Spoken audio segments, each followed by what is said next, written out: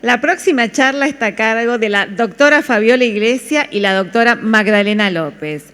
La peligrosa relación entre el sueño y el estrés, efectos en el aprendizaje. Y también las doctoras nos van a estar presentando parte de la encuesta que fueron completando. Me pidieron que les avise que vamos a presentar lo que se hizo en el día de hoy, lo que han respondido, pero que tomen toda la semana que viene también para volver a completarla y se va a poder publicar después en nuestras redes el resultado, ¿sí? O sea que tienen toda la próxima semana para contestarla, por favor. Bien, Fabiola es doctora en Psicología, máster en Neuropsicología del Instituto Universitario del Hospital Italiano, licenciada en Psicopedagogía en la Universidad Católica, profesora de enseñanza especial, tiene una beca postdoctoral en el CONICET del año 2012, percepción del estrés cotidiano, estrategias de afrontamiento y desempeño cognitivo en niños de 6 a 8 años de edad.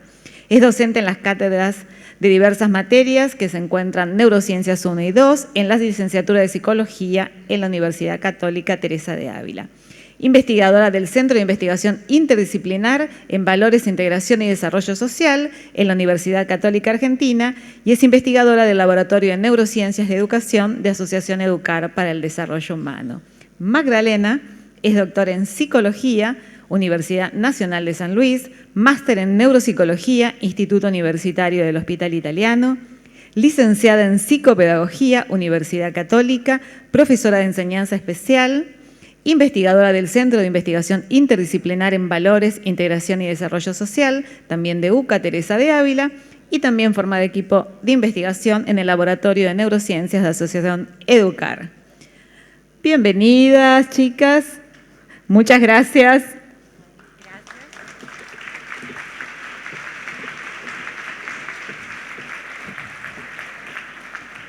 Buenas tardes, muchas gracias. Bueno, buenas tardes. Es un placer enorme para nosotras estar nuevamente aquí con ustedes y bueno, y presentar parte del trabajo que hace el laboratorio de la Asociación Educar. Como ustedes sabrán, uno de los objetivos que persigue el laboratorio de alguna manera es diseñar investigaciones para poder, bueno, conocer mejor cuáles son los problemas o las dificultades que se nos pueden presentar en los procesos de aprendizaje, en diferentes edades, en diferentes contextos, y bueno, de esa manera poder diseñar estrategias para resolver las dificultades que se puedan ir presentando de una forma un poco más efectiva, ¿sí? Tener intervenciones cada vez más puntuales y de esta manera tener más posibilidades de solucionarlas. Los últimos datos que arrojan de alguna manera las investigaciones que venimos realizando en el laboratorio dan cuenta de una disminución en las horas de sueño. Existiría entonces una deuda de lo que deberíamos estar durmiendo. Y la evidencia científica al respecto es contundente. Un descanso adecuado es fundamental y vital para el buen aprendizaje. Y esto nos va a llevar a que cualquier dificultad o trastorno, tanto en la calidad o en la cantidad del sueño, conlleve dificultades entonces, tanto en el funcionamiento general, por ejemplo, y en el aprendizaje específicamente. Cuando nosotros hablamos de cantidad de horas de sueño, estamos hablando de las horas recomendadas para que el cuerpo tenga un buen descanso. Ahora, cuando hablamos de calidad de sueño, no solo hacemos referencia al haber cumplido con la cantidad de horas recomendadas para el descanso, sino que esas horas sean las suficientes o sean las que necesitamos para un buen desempeño diario, para poder prestar atención a todas las actividades que nos demanda el día. Y un factor que empezó a tener gran relación con el sueño en la vida moderna es el estrés, que hoy ya se charló bastante sobre el tema, todos tenemos alguna idea al respecto. Fue por eso que decidimos estudiar cómo impacta en el aprendizaje el estrés percibido y el sueño. Y realizamos esta investigación. ¿Se puede cambiar? Sí. Realizamos esta investigación con la participación de 7 países que están representados en el cuadro. una muestra de 1.600 niños y adolescentes y sus respectivos docentes, quienes contestaron preguntas sobre estrés, sobre sueño, y los docentes contestaron sobre el rendimiento académico de los niños y los adolescentes. Y acá tenemos, fíjense cómo está distribuida la muestra. Acá podemos ver que están representadas todas las edades dentro de estos datos, ¿sí? Comenzamos a evaluar desde los 6 años hasta los 18 años. O sea que tenemos la participación de todo el espectro de primaria y de secundaria. Los países participantes, donde Argentina, por ejemplo, es bueno, el que representa más cantidad en la muestra. Como podemos ver, tenemos Argentina, Ecuador, México, Paraguay, Uruguay, Colombia y Cuba. ¿Hay alguien en el auditorio que sea de alguno de estos países? Que no sea Argentina. Eso va a estar fácil. ¿Sí? México. Ay, bueno, ahí tenemos una cuotita que te podés llevar para tu país. ¿Alguien más? Ah, Uruguay. Bien. ¿Alguien más? Que no vi, perdón. Colombia, muy bien. Bueno, vamos a poder entonces, de alguna manera, dar información un poquito más entonces personalizada de lo que están dando los datos a cada país. Y vamos entonces a pasar a analizar un poquito más cómo están estos niños de estos países en, por ejemplo, sueño. Vamos a hacer algo un poquito más descriptivo. De todas las funciones que tiene el cerebro, la que usa para cuando dormimos, la que cumple al dormir, es una de las más misteriosas. Si bien dormimos 1/3 de nuestra vida, el día que no dormimos nos sentimos fatales, nos sentimos terriblemente mal. Entonces muchas personas piensan que dormir en realidad es una pérdida de tiempo, que cuando dormimos no hacemos nada, pero en realidad el dormir cumple una función muy importante para nuestro organismo.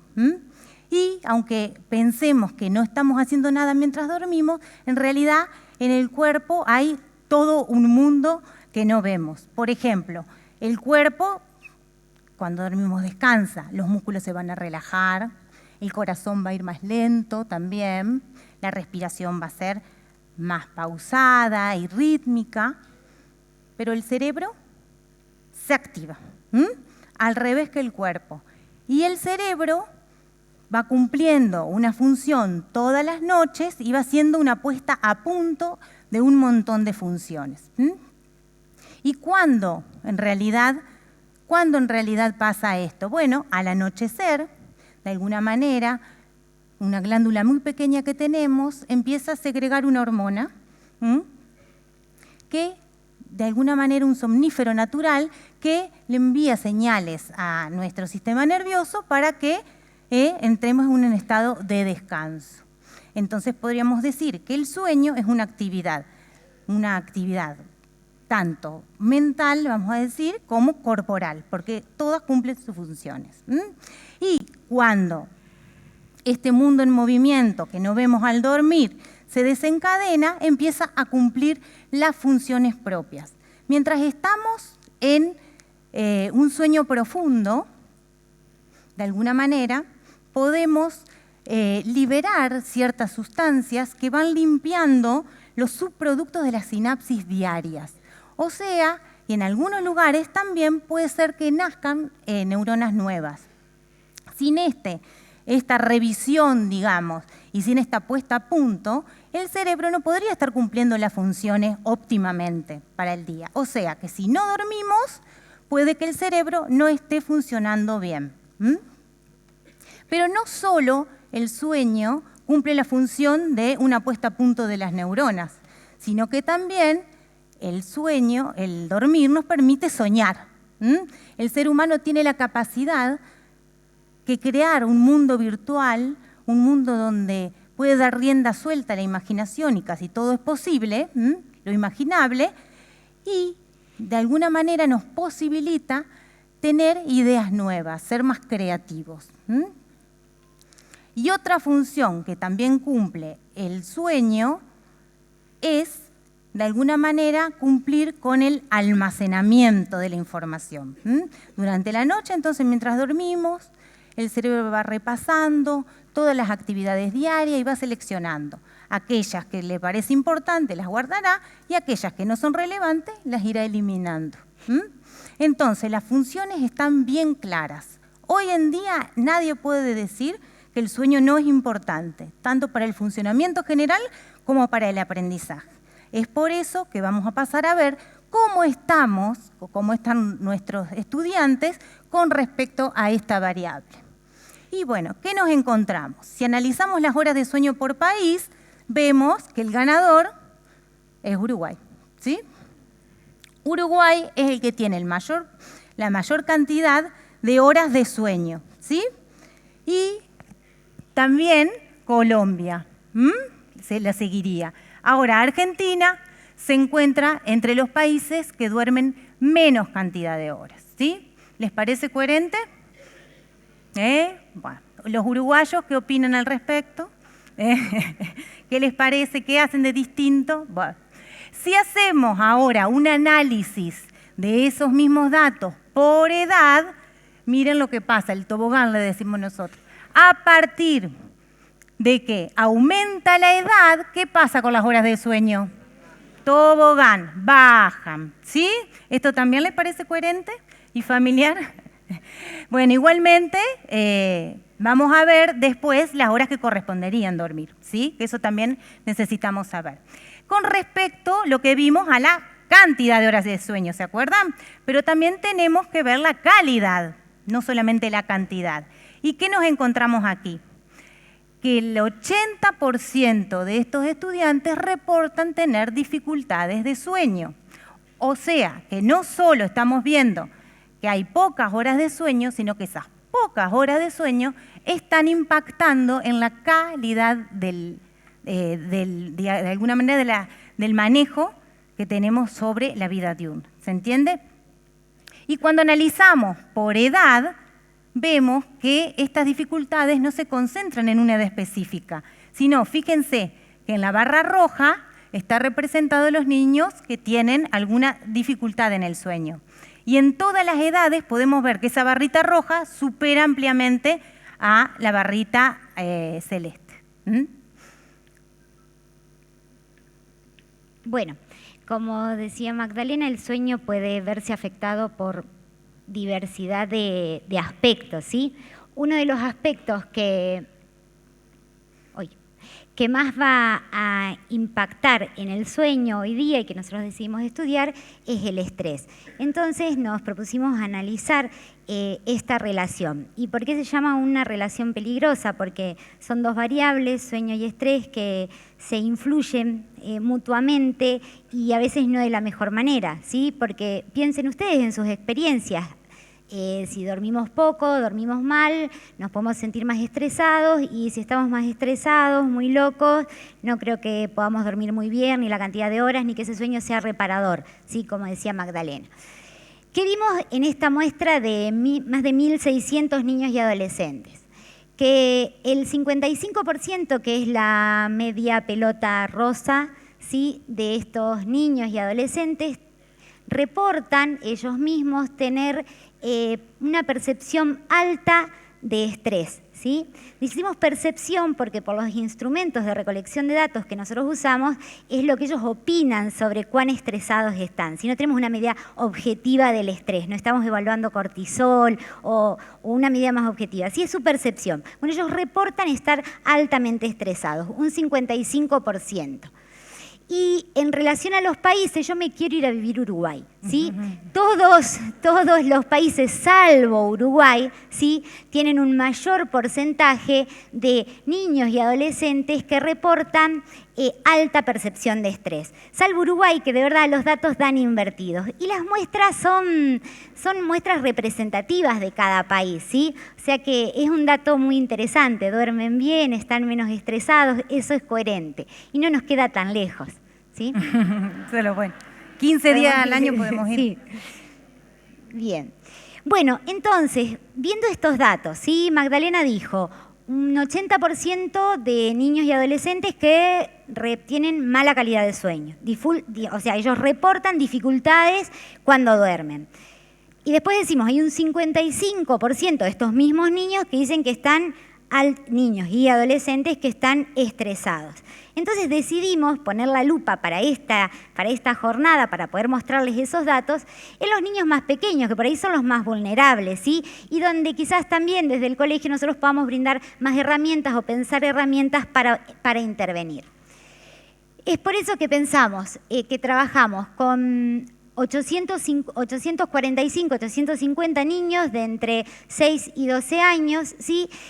Y sus docentes de muchos colegios que generosamente se tomaron muy en serio la tarea y contestaron y se ocuparon de que estos niños contestaran a los instrumentos que utilizamos, que son un cuestionario de sueño, que preguntaba sobre la cantidad de horas que dormían y también sobre las dificultades que tenían para poder ver calidad, ¿sí? Un inventario de estrés cotidiano, que era una serie de ítems donde ellos decían si eso les pasaba o no les pasaba, si esas cosas los estresaban o no los estresaban, ¿sí? Y después el rendimiento escolar, que es no fuimos a ver las notas, les pedimos a los docentes que ellos evaluaran si el rendimiento general de los alumnos, ¿sí? Estaba en la media, por debajo de la media o por encima de la media. Bueno, vamos a empezar por sueño nuevamente. ¿Y qué nos encontramos en esta submuestra? En la línea roja tenemos el sueño recomendado por la Federación Mundial de Sueño para cada edad. Y la línea azul sería los datos que nosotros obtuvimos. Como podemos ver, hay un desfasaje, o sea que hay una deuda, la famosa deuda que estábamos hablando de sueño, en todas las edades, que llega hasta de 2 horas. Una deuda de 2 horas en la edad más pequeña de 6 a 8 años. Cuando hacemos un análisis del porcentaje de los niños que duermen las horas que corresponden dormir, nos encontramos con el color rojo, donde encontramos que a medida que aumenta la edad nuevamente, vemos que disminuye el porcentaje de niños que duermen las horas que corresponden o que son recomendadas dormir, hablando de cantidad. Y el efecto también obligado es que el color celeste representan los que duermen menos de las horas recomendadas. Como ven, a medida que aumenta la edad, aumentan los niños que no duermen las horas recomendadas. Y por encima, ese color más amarillito están los niños que duermen más tiempo del recomendado también, que tampoco es una recomendación saludable. Y ahora, hablando nuevamente de calidad del sueño, nos encontramos con el mismo porcentaje. El 80% de los niños de estas edades reportan también dificultades de sueño. Y lo que se nos presenta es que ellos vean en qué aspecto de la calidad del sueño tenían dificultad. Y el que presenta mayor porcentaje vemos que es la dificultad de ir a acostarse, la dificultad de acostarse a dormir, o sea, la postergación de la hora de acostarse. Entonces hicimos el siguiente análisis. Analizamos quién de la muestra se acostaba antes y después de las 22 horas, ¿sí? Porque sacamos la media y ahí vemos cómo a medida que aumenta la edad, la hora se posterga, más allá de las 22 horas. Para esto tenemos una anécdota graciosa, porque cuando pedimos en un jardín de infantes, en una sala de 5, que los papás nos reporten, nos hagan un diario de sueño que se llama, que van anotando las horas donde los chicos se acuestan y se duermen. Finalmente, todos los padres manifestaron una media de hora de acostarse de 21 a 30 horas. Dijimos, qué bien, entonces, bueno, no vamos a ir por ese lado, vamos a ir, no es la falta de atención, todo lo que detectábamos, no es por ese lado. Y se nos ocurrió preguntar, a partir del comentario de un nene, ¿quién miraba Tinelli? Según lo que nos dijeron, Tinelli aparentemente empezaba después de las 10 de la noche, el año pasado, ¿sí? O sea que esa media que los papás nos habían reportado de sueño, tal vez no era cierto. Y ahí, ¿qué factor empezó a tener también, bueno, de alguna manera significación para nosotros? Que hay una deseabilidad social, que la gente sabe la hora que se tiene o se deberían acostar sus hijos. Entonces todos nos reportaban la hora adecuada seguramente. Ahora los niños nos decían la verdad. Y empezamos a preguntar, ahí ya nos animamos más, al ver que los niños estaban tan compenetrados en nuestro estudio, y empezamos a preguntar quién había visto el final de Tinelli. Sí, más de la mitad del curso nos decían los protagonistas, o sea que tenían información. O sea que eso ya nos defenestró toda nuestra recolección de datos y empezamos con los más grandes ya a preguntarle a los chicos otro tipo de preguntas, ¿sí? Más personal, al no tener ya tanta deseabilidad, algunos eran más sinceros también. Y cuando hacemos la comparación por país, ¿quién ranquea la hora de acostarse? Tinelli. Le vamos a escribir. Dios mío, bueno, sí, de eso vamos a hablar más tarde. Pero todo está en Argentina, computadora, Tinelli. Parece que en Uruguay se corta la señal, no sé qué pasa. Bueno, pero es Argentina, fíjense. Y Uruguay, que capaz algunos ven Tinelli también, ¿qué pasa cuando nos vamos a analizar qué porcentaje de niños, que es lo que representa el gráfico de abajo, se acuesta antes y después de las 22? Fíjense el gráfico de Argentina. La línea roja supera al azul. Por ende, el porcentaje de niños que se acuesta después de las 22 horas es mayor. Fíjense en Uruguay. La línea roja es menor. El porcentaje de niños que en Uruguay se acuestan más tarde no es más grande que el que se acuesta a la hora que debería. ¿Se entiende? Acá hay una información bastante importante. Bueno, otra vez estrés. Yo creo que me comí una parte hoy. ¿Sí? Cuando nosotros hablamos de estrés, si bien muchos expositores han hablado maravillosamente hoy de estrés, nosotros en esta investigación cuando hablamos de estrés como estímulo. ¿Sí? Hay varias formas de conceptualizar el estrés y hay muchas teorías. Nosotros lo tomamos como estímulo, o sea, todo lo que pase fuera del organismo y que nos joda de alguna manera. ¿Sí? Ese estrés, sí, tomado como estímulo o estresor, puede dividirse en estresores que son vitales, crónicos y cotidianos. Los estresores vitales son los que tienen un alto impacto, una incidencia muy negativa, son eventuales y suceden muy poco, ¿sí? Como puede ser una muerte de un familiar, un evento puntual, ¿sí? Los crónicos tienen que ver con situaciones que nos requieren de muchísimo desgaste crónicamente, de las que tampoco tenemos mucho manejo para poder salir, puede ser o una enfermedad o la pobreza crónica o estructural. Y los estresores cotidianos, que son los que nosotros sí estudiamos, son los que tienen que ver con los acontecimientos diarios, que son de alta frecuencia pero de baja incidencia, ¿sí? Esos son los que nosotros estamos evaluando.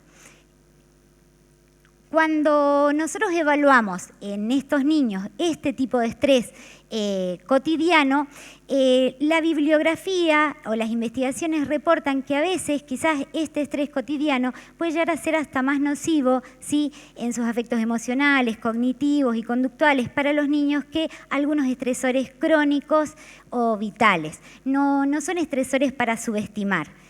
Y cuando nosotros analizamos qué respondieron estos niños respecto del estrés, vemos que el 47% no manifiesta preocupación o estrés, o manifiesta baja o poca preocupación y estrés. Pero hay un 53% de niños que sí manifiesta media o alta percepción de estrés o preocupación. Si nosotros observamos esto en las dimensiones en las que podemos descomponer a este estrés cotidiano, vemos que el puntaje más alto está en estrés en el área de la salud, después sigue la escuela y último la familia. Esto acá hago una aclaración. Estamos analizando niños de 6 a 8 años. Los niños más pequeños por ahí son los que mayormente refieren sí, estresores relacionados con la salud. Y por eso hace que por ahí se dispare ese puntaje. Por eso lo mostramos por edad y vemos que los niños más pequeños, de 6 a 8, es la línea azul, son los que refieren mayor estrés relacionado con la salud, le sigue escuela y le sigue familia. Ahora, lo que es terrible Pero por suerte tenemos la posibilidad de modificar, ¿sí? Por eso están todos ustedes acá y estamos estudiando este tema, es que los niños de 9 a 12 años refieren como mayor estresor, o sea, le están pasando mal y en el ámbito escolar. Entonces, las dos líneas, o sea, los chicos de 9 y 10 y de 10 y 11 años, manifiestan que el ámbito de mayor estrés es la escuela, seguidos por los estresores relacionados con la salud y con la familia. Cuando nosotros preguntamos acerca de cuáles eran los estresores en cada área que ellos referían o los que tenían mayor porcentaje de respuestas, vimos que en salud era trastornos del sueño, como tener pesadillas, o de la concentración, o de falta de energía, que ya los habíamos mostrado, se repetía, o el dato del año pasado. De la familia, bueno, visitar poco a familiares, esto de por ahí el control parental muy alto, o la ausencia de control parental también. Y en la escuela, poco tiempo para jugar con los amigos, cambios de docente. El 43% de los niños lo señaló como un estresor. Y que tienen demasiadas actividades, ¿sí? Ese fue otro de los estresores que mencionaron. Si nuestra intención era ver, bueno, estos, tanto sueño como estrés, cómo impactaban en el rendimiento académico, ¿sí? Entonces lo que hicimos fue, por un lado, cruzar los datos de dificultades de sueño con estrés total. El estrés total se consigue sumando los porcentajes del área salud, el área escolar y el área familiar. Imagínense, en cada línea, ¿sí? Para arriba un grupo de niños. Acá está el grupo de niños que no reporta dificultades de sueño. Y en la otra punta está el grupo de niños que reporta muchísimas dificultades de sueño, que pueden ir de 1 a 4. ¿Sí? Y las barras es la cantidad de estrés reportada. Entonces, ¿cómo están los chicos que casi no tienen dificultades del sueño respecto a los chicos que tienen muchas dificultades del sueño? Están mejor, ¿sí? Porque tienen menos estrés. La barra celeste es la cantidad de estrés.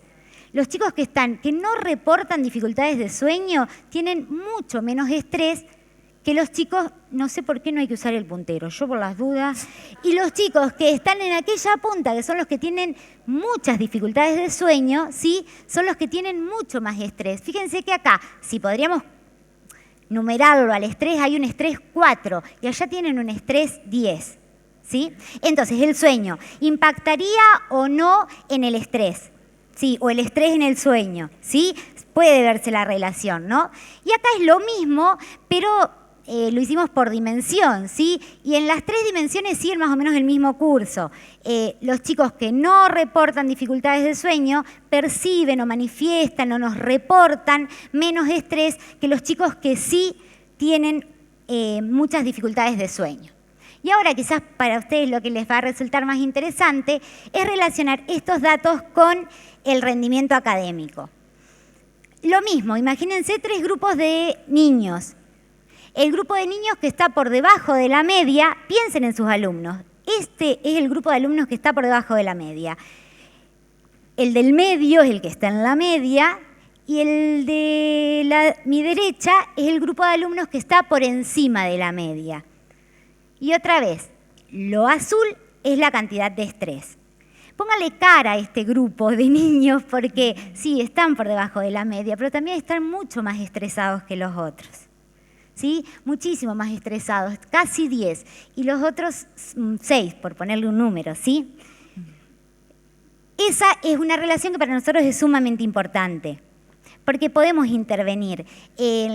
La mayoría de los trabajos sobre estrés en niños, que si bien hay muchos ahora, enfatizan en la necesidad de conocer, aunque sea descriptivamente, estas realidades para poder pensar estrategias para poder intervenir y modificarla de alguna manera. Cuando vemos acá abajo lo mismo, pero desarmado, ¿sí? El estrés en las diferentes áreas y los 3 grupos de niños. Vamos al estrés escolar, el del medio, ¿sí? Los chicos la línea azul son los chicos que están por debajo de la media y la línea amarilla, verde, amarillenta son los chicos que están por encima de la media. ¿Quién tiene más estrés? los que están por debajo de la media, ¿sí? Los chicos con peor rendimiento académico son los que manifiestan sentir mucho más estrés. Y es bastante, ¿sí? Es bastante para la muestra y ahí quizás no se nota tanto, pero es importante. Bueno, si algo nos vamos a llevar hoy, que no dormir lo suficiente puede afectar el rendimiento, porque acuérdense de la relación que decía Fabiola, más dificultad de sueño, más estrés, peor rendimiento académico. ¿Cómo detectamos nosotros esta deuda de sueño en nuestros alumnos? Poneme, por favor. Sí. Ahí está.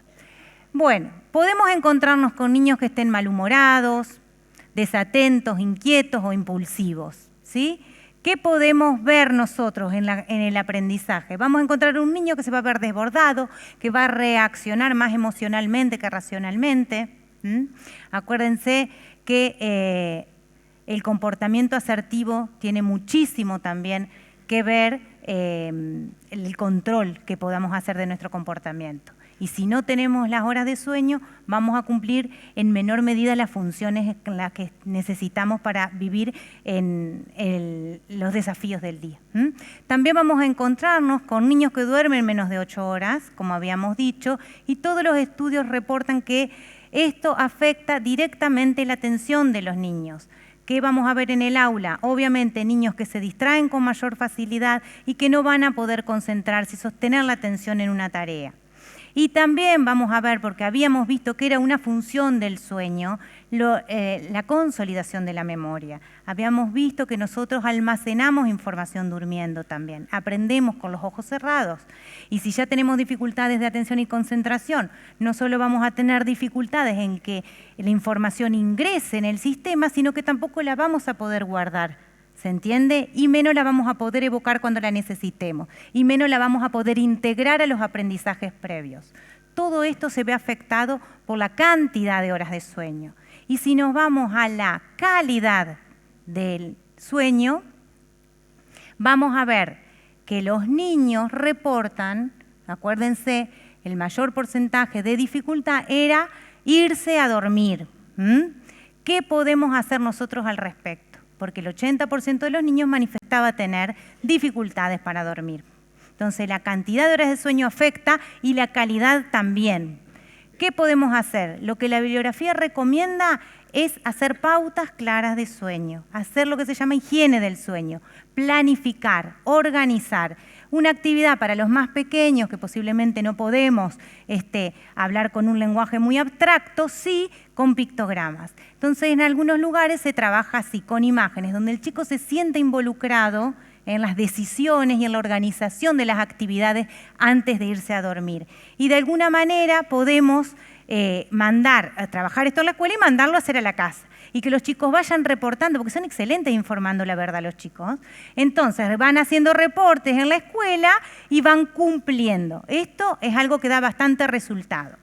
Ahora, para los más grandecitos, como nosotros, un poquito más grande que ya entendemos las consecuencias, dicen que hay que tener en este ranking todos estos cuidados para mejorar la higiene del sueño. Primero, un lugar confortable, ¿sí? Ni mucho calor, ni mucho frío, estar cómodos, silencio, oscuridad, estar cómodos con la temperatura. También una cena ligera, no tomar mucho líquido para no ir al baño a despertarnos, no comer copiosamente a la noche porque si no todo el sistema está enfocado en otra cosa y no vamos a hacer todo lo que teníamos que hacer, ¿se acuerdan? Acá arriba, relajarse al final del día, evitar el ejercicio, evitar todas las estimulaciones físicas. La hora de acostarse razonable por la edad, acuérdense que hay horas recomendadas según la edad. Un organizador de sueños, si sabemos que nos vamos a levantar a las 5 de la mañana, tenemos que organizar a qué hora nos vamos a acostar, a qué hora vamos a hacer la rutina de sueño previa que se necesita para relajar el cuerpo. Y el ranking número 1 se lo llama evitar la utilización de pantallas electrónicas antes de dormir, entre 3 y 2 horas antes de acostarse. Por favor, esta es la más importante de todas. ¿Sí? ¿Por qué? Por todo lo que explicamos. Ninguna glandulita nos va a poder mandar ningún somnífero natural si nosotros estamos mandándole información, ¿sí?, contradictoria. No es de día. Tiene que actuar la melatonina, tiene que relajarnos de alguna manera el cuerpo, ¿sí? Y esa pantallita de luz le dice todo lo contrario al cerebro. Así que esta sería la recomendación más importante. Sí. Bueno, por el tiempo vamos a pasar de las recomendaciones de estrés y vamos a ir, porque yo veía sus caras y cuando hablábamos de los niños, cómo dormían, todos nos asustamos. Bueno, vamos a ver cómo estamos durmiendo nosotros. ¿Sí? Ustedes llenaron una encuesta, ¿sí?, hace un rato. ¿Cómo creen que están durmiendo? Ah, bueno, re bien, entonces también, tienen razón, sí, estamos durmiendo re mal. Sí, bueno, esto es un dato descriptivo, sí, que 90% mujeres y 10% de hombres. Agrupamos, porque procesamos rápidamente los datos, sí, pero los agrupamos en 3 grupos, entre los que duermen muy, muy, muy mal, los que duermen muy, muy mal y los que duermen muy mal. O sea, no hay un grupo que duerma bien, ¿sí? Y otra vez, la línea roja, tomamos el mismo referente, la Federación Mundial de Sociedades de Medicina del Sueño, y en la línea azul están todos ustedes. ¿Sí? Podemos, lejos. ¿Sí? Si agrupamos esa información, lo que podemos ver es que hay un 25% que duerme hasta 5 horas. ¿Sí? Había desde 3 horas marcadas. Y la escala que ustedes contestaron no preguntó por anoche, que por ahí, por diferentes motivos, como tenían que estar hoy temprano, viajar, etcétera, pueden haber tenido menos cantidad de sueño, sino que es el reporte de la semana. De 5 a 6 horas, que sigue siendo insuficiente, ¿sí?, aunque tengamos ritmos distintos, un 42%. Yo no soy muy buena en matemática, pero 42 más 25 da un montón de gente que está durmiendo muy mal. ¿Sí? Muy, muy mal. ¿Sí? Y solo hay un 32%, ¿sí?, que está durmiendo cerca de lo recomendado. Cerca de lo recomendado. Acá estaría como agrupado, no sume tan mal. No, hay un 68% de nosotros a los que nos faltan horas de sueño. Hay un 68% de ustedes que les faltan horas de sueño. Esto es cantidad de sueño. Cantidad, sí. Y un 32% que estaría durmiendo aproximadamente lo recomendado. Ahora calidad. No tenemos muchos datos para procesar rápido sobre calidad. Una de las preguntas que teníamos era cuánto tardan en conciliar el sueño. Lo mismo que se le preguntaba a los niños, ¿sí? Cuánto tardan en irse a dormir o si tardan mucho en irse a dormir. Y acá lo que podemos ver es que hay un 45% que está reportando dificultades para quedarse dormido. Entonces no es que, porque por ahí uno charlando dice, no, dormí re mal, pero me acuesto en la cama y me desplomo. Bueno, no estaría siendo tan así esto, ¿sí? Porque están reportando dificultades para quedarse dormir, para poder dormir. Higiene del sueño. Higiene del sueño. Bueno, después de todo lo que hemos dicho, lo único que podemos desearle es que duerman y tengan un sueño reparado. Gracias.